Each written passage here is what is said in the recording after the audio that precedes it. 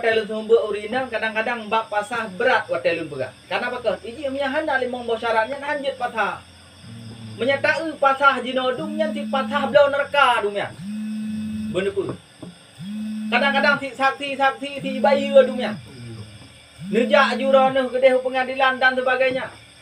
Bahkan tengah megidham akidah kedai orangnya. Bahkan dari zaman kan lagi contoh urina.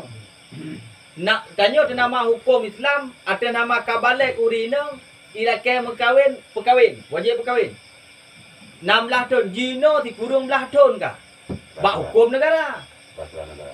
Projek je cok dependensi kata jamaat. Jino hanjit le.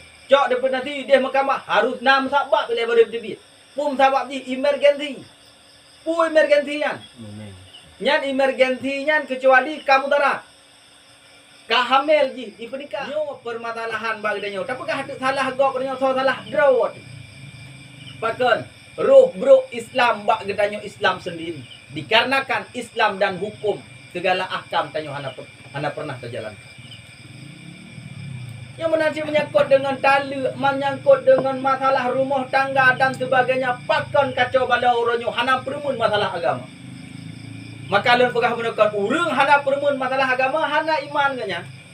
Masuk hana iman seolah-olah hanya materi.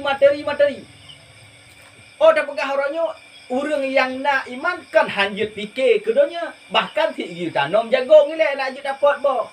Artinya pegat dunianya ke ladang, nak je dapat urang kira. Hana salah. Kita minta rezeki dan sebagainya, tapi tak pegat ubena 20 jemnya adalah nilai-nilai ibadah. Tacut buah sawit dan sebagainya, tak pelara lemah dan sebagainya. Tapi pegat nyan sabah jalan untuk tahu ketanya kepada Allah. Bertenang pikiran ketanya. Pakan harta kana, rumah kana, anak kana. Tapi dia bukan ada fikir mana? Yang penting hen saya kana. Seolah-olah ada yang bergah rezeki tanya bahkan depeng. Padahal tak bedah bengah matang nafah yang kenyan nikmat yang paling raya. Nyan bahusan dengku mendang. Bahusan awak-awaknya mendang.